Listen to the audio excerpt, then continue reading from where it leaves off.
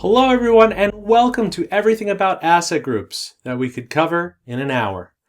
I'm Devin Chasanoff, a developer relations engineer supporting the Google Ads API.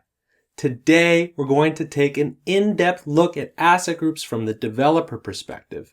Though I expect non-technical folks like product managers to get a ton out of this session as well, even if you don't follow some of the implementation details. We are going to cover a ton of information in this session, starting with the very basics of assets and asset groups before moving into more complex topics like best practices and implementation details. Regardless of your experience with Performance Max, there will be something in this session for you. Here is a look at what we'll be covering today. We'll start with an overview of asset groups, what they are, how they fit into the context of PMax, and comparisons to entities and other campaign types. After that, we'll look at the asset group entity in the context of the Google Ads API, including the various resources that combine to create asset groups. Once we're grounded in asset groups, we'll take a deep dive into assets and their relationship with asset groups, including a detailed technical discussion related to uploading and fetching assets from the Google Ads server via API. Then we'll shift our attention a bit to see how to use asset groups with the various business goals available for PMax before shifting back to asset group features that can enhance campaign performance, namely asset group signals and asset group listing group filters. Throughout this session, we'll see how Google AI plays a critical role in Performance Max, and specifically asset groups, so that you can design your integration for optimal performance now and in the future. With that, let's jump in. And as a reminder, please leave any questions or comments in the chat below. Our team is standing by to connect with you. An asset group is a collection of creatives called assets centered on a theme or related to a target audience in a Performance Max campaign. Each PMax campaign must have between 1 and 100 asset groups. Google AI automatically mixes and matches assets and asset groups to assemble all of your ads and build an inventory for all applicable Google Ads channels to help you achieve your advertising objectives. An asset provided in an asset group can be combined with any other asset from the same group to create ads that serve across YouTube, Display, Google Search, Discover Feed, Gmail, Maps, and Google Partner websites. You can create multiple asset groups per campaign to group assets by theme or to group assets with different targeting. Google may automatically create assets to help you connect with potential customers. When this setting is turned on, Google uses AI to generate additional assets like headlines and descriptions to be used in combination with the assets you provide. These new assets are based on your landing page, domain, and existing ads and creative assets. Performance Max campaigns are opted into automation by default. While it's recommended that you keep this setting turned on to optimize campaign performance, you can opt out using the campaign.assetAutomation setting field. While the text I just read is extremely concise and descriptive, it does feel a bit like official product marketing jargon, and there's nothing wrong with that. I love our product marketing managers. But you don't come to a workshop to hear someone read the definition you can find online. So let me give you my own personal take on asset groups. Asset groups are at the heart of Performance Max and make PMax campaigns what they are. This is why this is such an integral topic we feel warrants an hour-long talk. If you're coming from other campaign types, you might be used to ad groups and ads, and it might help to think of asset groups as a combination of these two resources, except instead of explicitly creating ads and designating them for specific channels, you simply specify which assets can be used to create the ads, and Google AI will automatically mix and match those assets to create the best ad combinations and serve them to the right audiences across all of Google's advertising channels, all while optimizing your budget to achieve your campaign's goals. This should save you a great deal of time and effort because you no longer have to create individual ad resources for each channel while trying to manually optimize your spend. I said earlier that asset groups are typically centered around themes or related to target audiences. Let's take a slightly different view of this while also looking at why you might want to use one versus many asset groups in a given campaign. To explain this, consider the fact that two fields on asset groups, final URL and final mobile URL, are defined at the ad level in other campaign types. Rather than thinking of each asset group as a container for assets, it may help to instead conceptualize and organize asset groups by goal. And by goal, I mean to send traffic to one or more URLs to achieve the objectives you've defined in your campaign. It's worth noting here that by default, Google will use something called URL expansion to automatically expand your list of final URLs to include subdirectories of your final URLs. However, you can turn this setting off in the campaign level settings. And that brings up an interesting question. Why might you want to use multiple asset groups, especially in light of final URL expansion? Let's say you're a toys retailer. Why not just use a URL that targets all products and let Google handle the rest? Or alternatively, why not just create two separate campaigns, each containing a single asset group for each individual type of toy? The answer to those questions largely depends on your business objectives. Let's look at a few examples. In our first example, let's assume the URLs of your website are organized by product type under the products umbrella directory. Let's say you wanted to run a campaign specifically with a goal of selling board games and puzzles, which are under separate page directories on your website. In this case, it might make sense to include both of these categories in a single asset group because the types of products and audiences are likely similar for both board games and puzzles. By taking this approach, we can target all board games and puzzle pages, including subdirectories, with a single asset group. In another example, let's assume our campaign aims to sell board games and dolls. Now, these two product categories are fairly different, and the audiences interested in these two types of products may be vastly different as well. Here, we might want to use two separate asset groups so that our ads are created and served to target specific audiences with the higher probability of converting.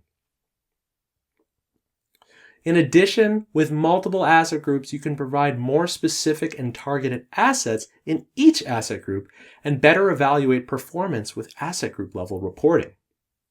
Finally, you may even want to create individual campaigns for each product group if, for example, you have specific budgets tied to each product group. Because your budget is defined at the campaign level, you couldn't accomplish this with two asset groups in the same campaign, because the entire budget is optimized to maximize your conversions or conversion value across all asset groups in the campaign.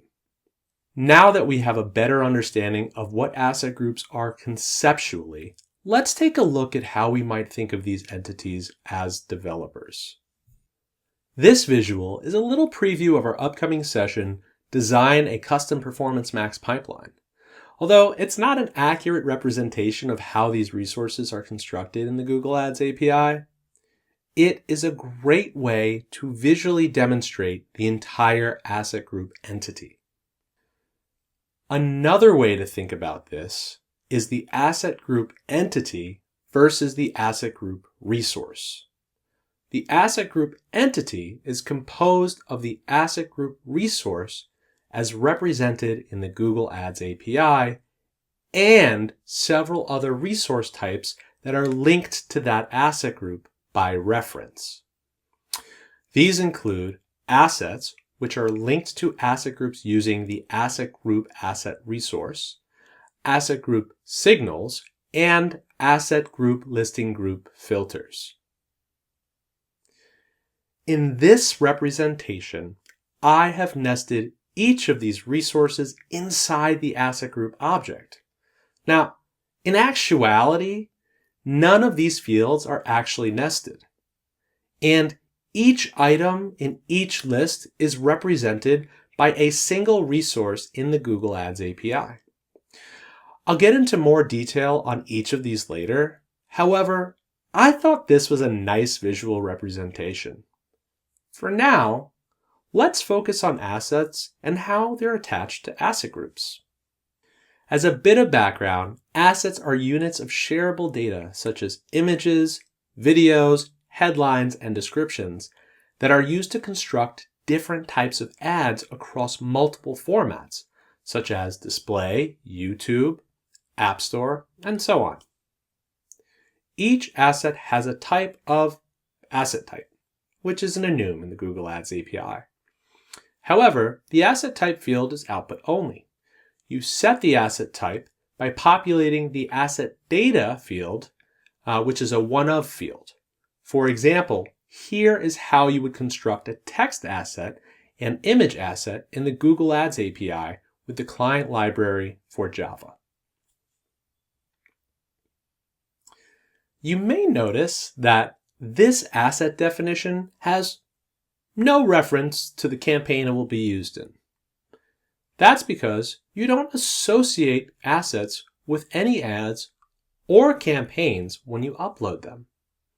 Instead, you upload your assets to an account level library that you can draw from when creating entities like asset groups. This is great for reusability across ads and campaigns. You can also use this to your advantage by uploading assets and creating PMAX campaigns in separate requests to create a PMAX management pipeline that is less error-prone. I'll cover this in more detail and demonstrate this for you in a session I'm presenting later, Design a Custom Performance Max Pipeline. And no, that probably won't be the last plug for that session. But I think it'll be really good. In light of this design pattern, we use a separate resource called an asset group asset to link assets to asset groups. And this is effectively a link between the two resources because each asset group asset includes both asset and asset group fields, which are populated with resource names. Another important field on the asset group asset resource is field type. This declares how the asset will be used in ads. If we look back at that JSON schema I showed you earlier, the field types or keys in that object are all of the asset field types. In creating asset group asset resources, we simply declare this field. In addition to understanding how an asset might be used in an ad, these asset field types are also extremely important because of the critical role they play in the asset requirements and specifications you must adhere to when creating asset groups. Each asset group must contain a specific number of each asset field type, and each asset of a given field type is required to meet certain specifications. This diagram outlines those requirements. As you can see, there's a minimum and a maximum for each text asset, and each text asset also has a character limit.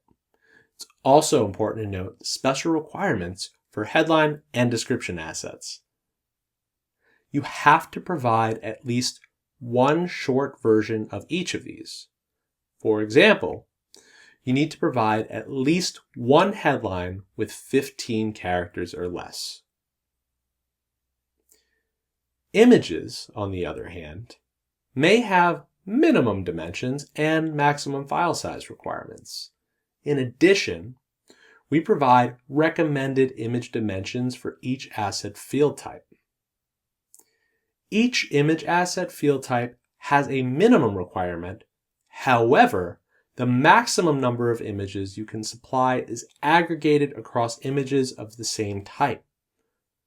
You can provide a maximum total of 5 logos. In addition, a total aggregate of 20 image assets. Those are all the image assets that are not of type logo. Finally, providing a video is optional. However, we strongly recommend that you upload your own video assets. If you don't upload your own videos, Google can automatically create videos using text and image assets you provide. This way, you can still benefit from a wider reach across all Google networks. You can replace automatically created videos with your own videos at any time. I'll get into this in more detail, and Mattia will also discuss this in great detail in the best practices session later today, but there is an exception to these requirements. You can create asset groups in Performance Max campaigns for online sales with a product feed without any assets at all. In this case, Google will create assets from your Merchant Center feed that's linked to your campaign. Keep in mind, this is an all or none situation, meaning you either provide 0 assets or you have to meet all of the requirements. With that being said, we still recommend adding your own assets to asset groups even if it's not required. That way, you can help maximize the reach across all of Google Ads surfaces. A common question we get is, how many assets should I provide within the defined specifications? Generally speaking, we recommend adding the maximum number of assets allowed with as much variation as possible to allow Google AI to create better ads for the right users at the right time. The recommended column is really more of a minimum recommendation. As Laura will discuss in the session on reporting later today, you can use the Asset Performance Label field to see how different assets are performing. With that information, you can replace lower performing assets. However, we don't recommend removing low performing assets unless you're already at the max and have assets that you can replace those assets you're removing with. You should aim to provide Google AI with as many combinations as possible to learn for better performance.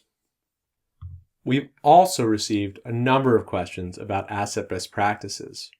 While this isn't our expertise as developer relations engineers, I can offer a few tips. So here we go. Build visually rich, high-quality creatives, because high-quality images tell a more engaging story about your products or services that inspire people to engage with your brand. For logos specifically, use colorful logos as much as possible because they stand out better in maps versus those having white backgrounds.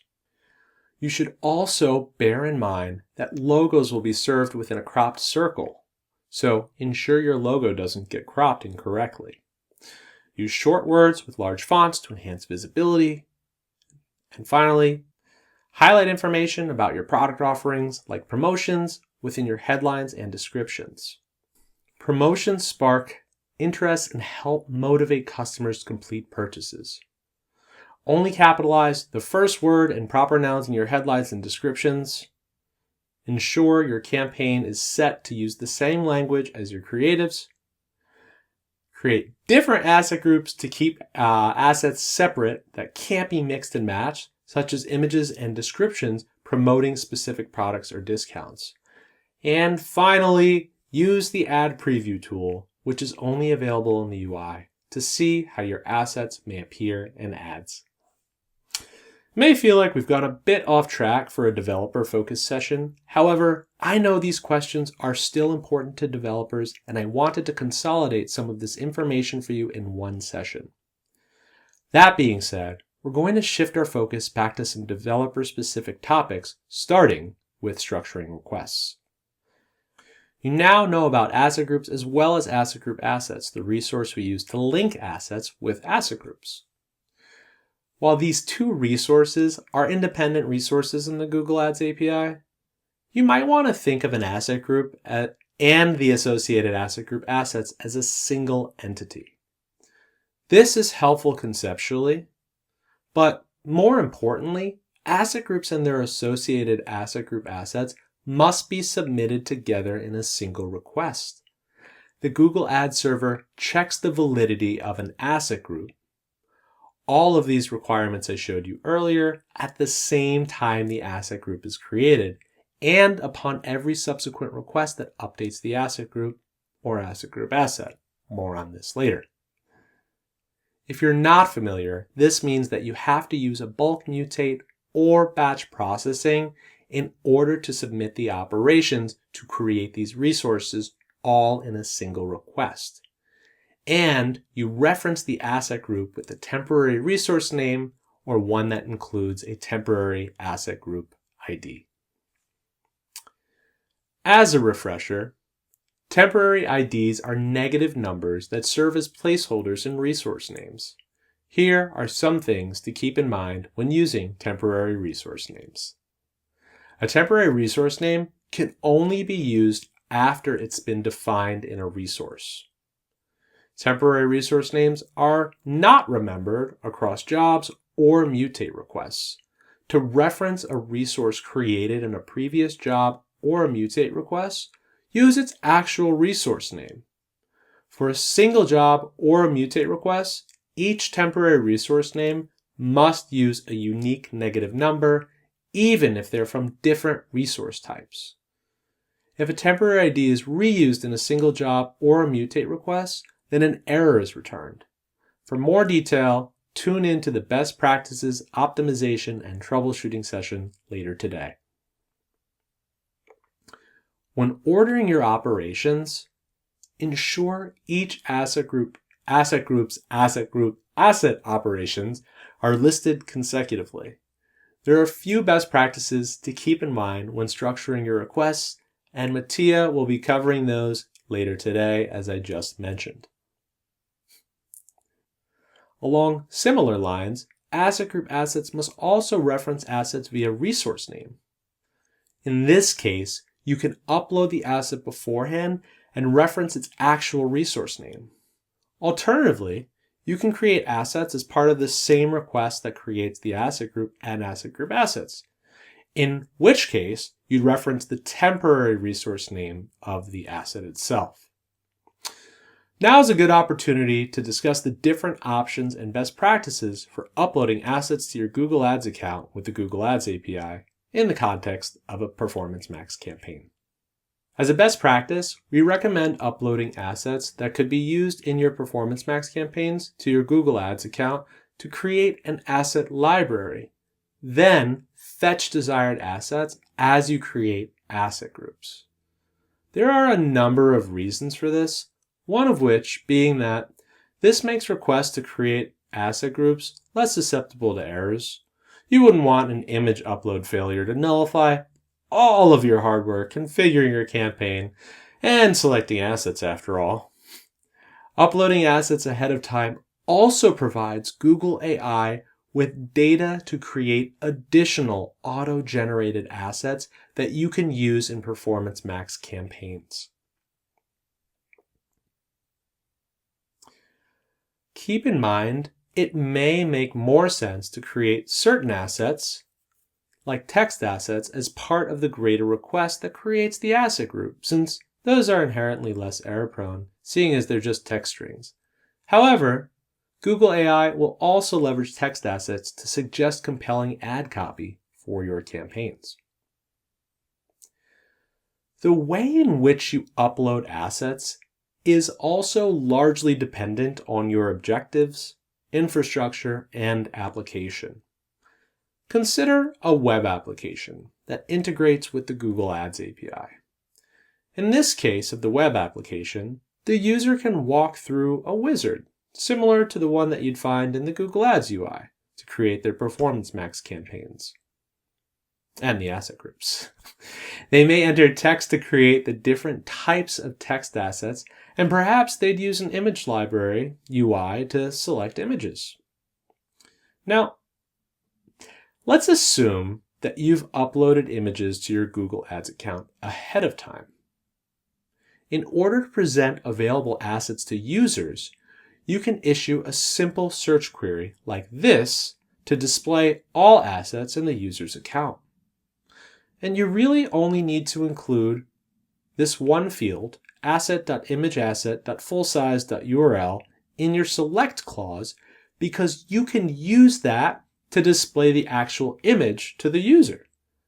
And the resource name which you need to reference for the asset, it's returned by default. However, I would also recommend selecting a few additional fields. For example, asset.imageasset.fullsize, asset.imageasset.fullsize.heightPixels, and asset.imageasset.fullsize.widthPixels. That's a mouthful. So you can quickly check on the image aspect ratio locally and only show users valid assets for the field type that they're selecting. You can even highlight images with recommended dimensions for users since those typically perform better. You may also include an option to upload new images that can be used in the asset group. In this case, I would suggest uploading the image assets in real time in a separate asset request, then using the actual resource names of the newly created assets in your asset group assets.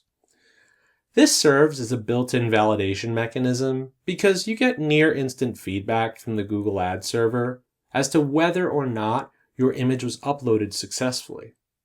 And from my own experience, this also greatly simplifies the request construction process. Now, let's consider an application that runs on the server only. So in this case, there's no UI or human interaction. This could be useful if you're automating asset group creation across a large number of products or services, in which case picking these assets one at a time would be overly time-consuming. The flow here it's virtually the same, but we're missing a key component. We need a way to actually select the appropriate images for our asset group.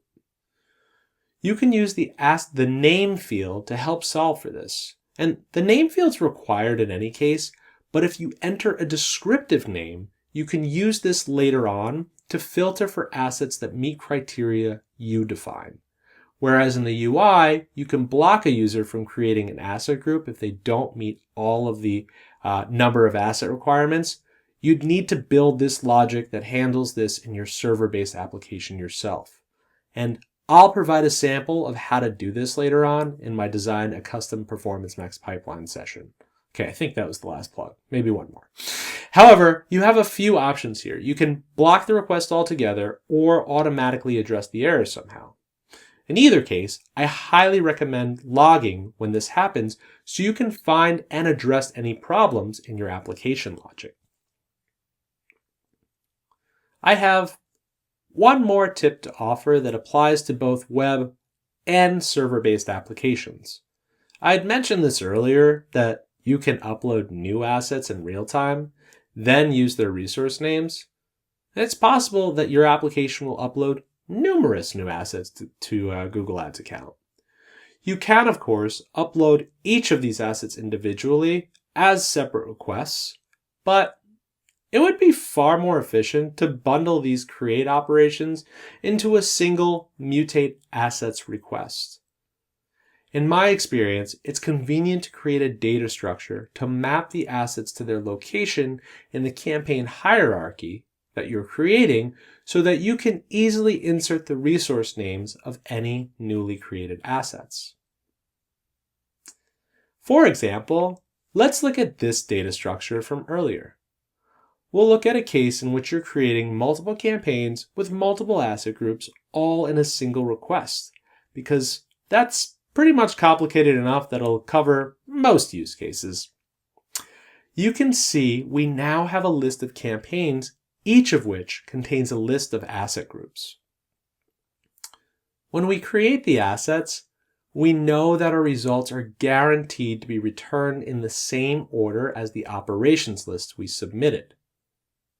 We can use this to our advantage by creating an ordered list of objects that include each asset's corresponding campaign index, asset group index, asset field type, and the index within the list of assets for a given field type. And upon receiving our results list, we can iterate through our list to fill in all of the asset resource names. Let's look at an example. Each asset type in this schema contains a list. Let's assume any list items that are resource names represent assets that have already been uploaded to your Google Ads account and are actively in your account level library. Otherwise, we'll assume we have to upload the asset to the Google Ads account. In this case, we need to upload all assets except those last two. We're going to submit a single request that creates all of these assets and does nothing else. So our request will contain 8 operations, one for each asset. We'll order the operations sequentially so we know that a request result will be ordered in the same way. As we add each operation to our request, we can also add an item to the list with the campaign index, asset group index, field type, and field type index. So, if this were the 7th item in our list, we can use that knowledge to replace the asset data with the new resource name that will be used in the asset group asset. Now, if you're thinking that's all good and well, but that's not even the real structure of a PMAX campaign in the Google Ads API, I highly encourage you to check out the session later that I've already told you about several times by now about designing your own custom PMAX pipeline. If you couldn't tell, I'm excited about that one. We've now covered many of the core concepts related to asset groups.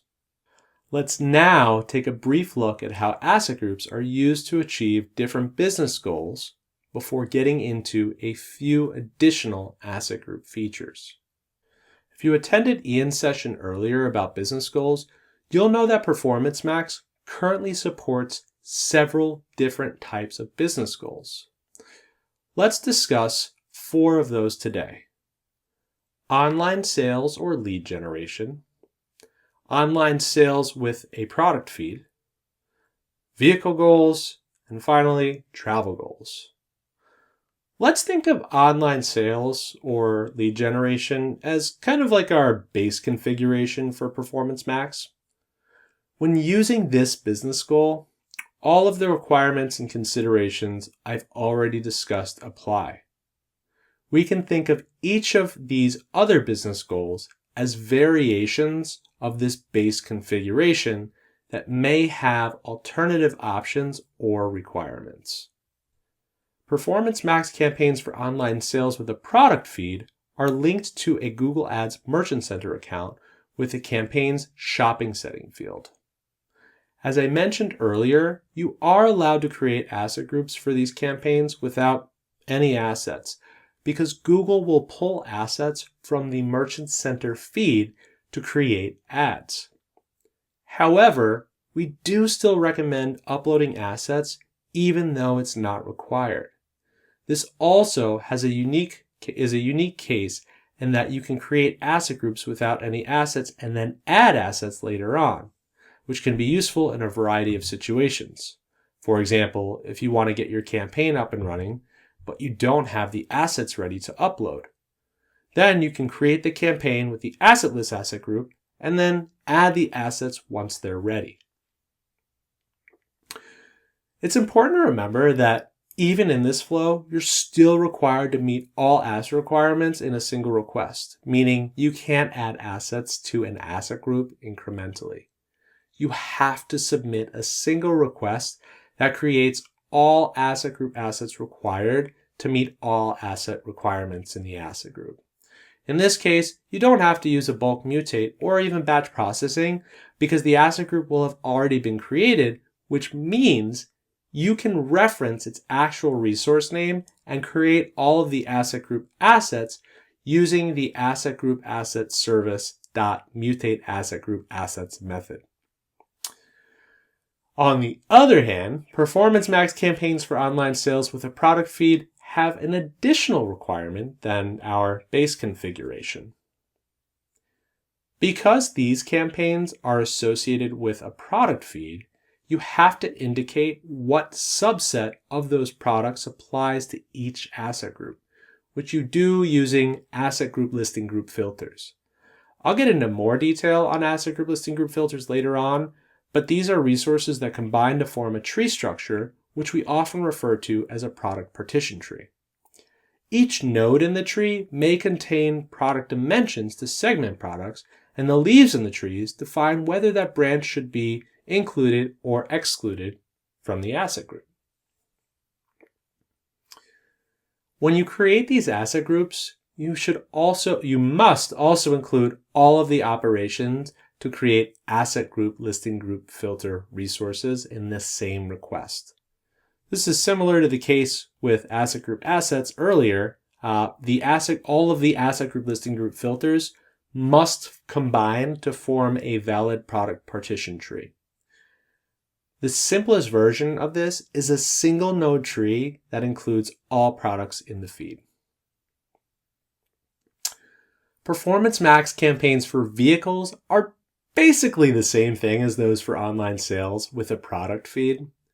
The only difference being that you set the listing type as vehicles on the campaign. However, there's still an associated Merchant Center account and feed, which means you can create asset groups without any assets. And you must include a valid product partition tree in the request that creates the asset groups. Performance Max for travel goals campaigns let you create ads for hotel properties that serve across Google's channels. These are similar to the base configuration, but the asset attachment flow is slightly different.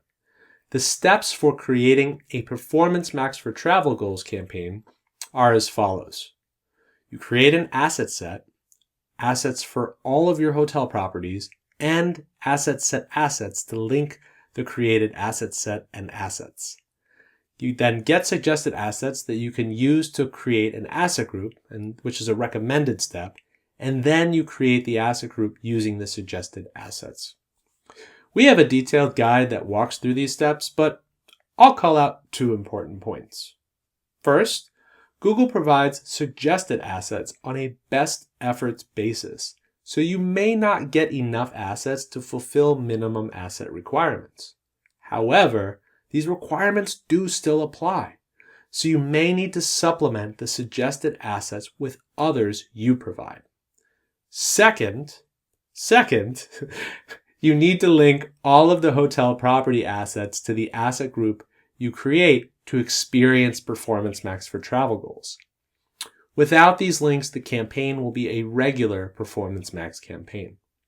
Now that we've discussed the implications of business goals on asset groups, let's take a look at some more asset group features, starting with asset group signals. Asset group signals allow you to provide Google AI with valuable information to learn faster, which can help asset group performance. Asset group signals are optional, but can provide Performance Max with important signals for optimization to help with machine learning ramp-up. You can also use asset group signals as a mechanism for segmenting asset groups. The Google Ads API currently supports 2 types of asset group signals: audiences and search themes. If you have unique insights on which segments of users are more likely to convert, you can use audience signals to let Google know. An audience in Google Ads is a reusable collection of focus segments, demographic targeting, and exclusions. In the API, you can create and manage audiences using the audience service. Then you can create an audience signal by creating an asset group signal and populating the audience field with the audience resource name. By default, audiences are customer-level entities that can be used across the client account. Now, this is reflected in the audience resources scope field, which is set to customer by default. However, there is an option to create audiences that can only be used in a single asset group. In this case, the audience resource must have a scope of asset group, and you must set the asset group field on the audience with the resource name of the asset group name it'll be used in. If you upgrade the scope of an audience from asset group to customer, the asset group field on the audience will automatically be cleared. Search themes in Performance Max allow you to provide Google AI with valuable information about what your customers are searching for and which topics lead to conversions for your business. Here are a few examples where search themes can be especially helpful if you have knowledge about your business or customers that AI can't easily or quickly learn. Your landing page doesn't have complete details or the latest updates about the products and services you offer. You've just expanded into a new market or launched a new product or service where your campaigns don't have extensive performance history. You're launching a new promotion or sale for the holiday season where you don't have extensive performance history. You want to expand your reach within Performance Max, including on search inventory in Performance Max, and ensure you have comprehensive coverage on important business themes. And then finally, you want to provide important information to help your campaign ramp up and optimize performance faster. Adding search themes to asset groups follows the same pattern as audiences, except instead of setting the audience field on your asset group object, you populate the search theme field with a search theme info object, which is basically just a wrapper on a text string. You can add up to 25 search themes per asset group, and you would create each one with a separate asset group signal object. Now, let's shift our attention back to asset group listing group filters, which we discussed briefly while covering Performance Max campaigns for online sales with a product feed, because the asset groups in those campaigns require a valid product partition tree composed of asset group listing group filters in order to serve. We have an entire video dedicated to asset group listing group filters and product partition trees in PMax campaigns, which you can find in the resources. Instead of going through that material, I'm going to take a different approach to thinking about asset group listing group filters. Before we do so, let's briefly review some concepts from that video. Asset group listing group filters represent segments of products in your Merchant Center feed as defined by a listing dimension such as a product brand. And you indicate the dimension, such as a specific brand name, using the case value field. When you combine these asset group listing group filters, they start to look like a tree. This example would include all products in the asset group that have a condition of new and a brand name of either Puzzle Co. or Games Inc. Each asset group listing group filter has a type which defines whether you should include or exclude products that meet the filtering criteria. Alternatively, using a type of subdivision indicates the asset group listing group filter should be segmented by another filtering dimension. You link nodes together to form a tree structure in the child nodes using the parent listing group filter field. And you use the asset group field to indicate which asset group the asset group listing group filter, and entire product partition tree is associated with. All of the asset group listing group filters in a tree need to reference the same asset group. These trees have a few requirements worth noting. First, all nodes in the same row of a tree must use the same filtering dimension to filter products. We have one row here for product condition and another for product brand. Second, each row in the tree must contain a single asset group listing group filter with an empty case value for its listing dimension. This represents all other products not captured by the other asset group listing group filters in the same row of the tree. Finally, each tree has a maximum 7 rows and each asset group can have a maximum 1,000 asset group listing group filters. If you create an asset group listing group filter that is a unit included node with no children and no listing dimension on which to segment products, this represents all products in your feed, and this is a valid product partition tree all on its own. As a reminder, the operations that create all of the asset group listing group filters in a tree and the one that creates the asset group must all be in the same request, which means you'll need to use temporary IDs and resource names and order the operations such that you never reference an object before it's created. This includes all of the asset group and parent listing group filter references. What's interesting about asset group listing group filters as compared with other product partition trees in the Google Ads API is that with other use cases, you may set a non-binary value on a tree node. For example, you can use unique bids in different nodes of the tree. However, Performance Max automates bidding, and it does so using Google AI. So all you have to specify is whether the leaf nodes are unit included or unit excluded. To me, this simplifies the construction of these trees. I like the approach of saying, I want to include all of these products, or I want to exclude all products or include all products except for these. For example, include all new products of the food brand sold online. To me, taking this approach simplifies the construction of the tree.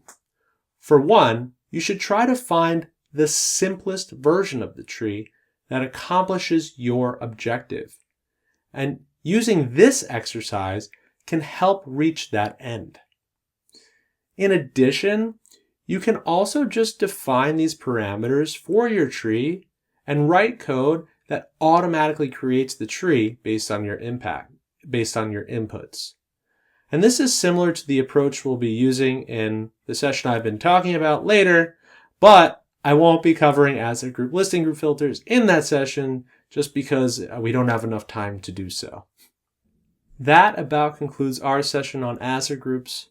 My intention in creating this session was to share all of my knowledge about creating asset groups and the related features in a new and interesting way. I understand these topics may appear complex on the surface, but hopefully you learned something today that resonated with you, whether it be a new way of thinking about things to a best practice or even a simple tip. I really hope this session helps with your integration. We're going to take a break in about 10 minutes, but feel free to stick around until then to ask questions. Members of our team are standing by to help you out. After the break, we have some incredible content coming your way. Immediately following the break, Laura Chevalier will take a deep dive into reporting in Performance Max. After that, Mattia Tomasone will lead a session on best practices, optimization, and troubleshooting. After that, I'll be back for the session I've been telling you about, in which I'll walk you through the process of creating a custom Performance Max interface and pipeline. Hope you stick around. I'm really excited about that one. Following that session, you're in for a real treat. Bob Hancock will be leading a panel with a number of PMax and AI experts within Google. I don't want to spoil for you, but I think you're really going to enjoy it. After that, we'll have a closing session, and then that about wraps things up. Thank you all so much for tuning in. I'll see you after the break.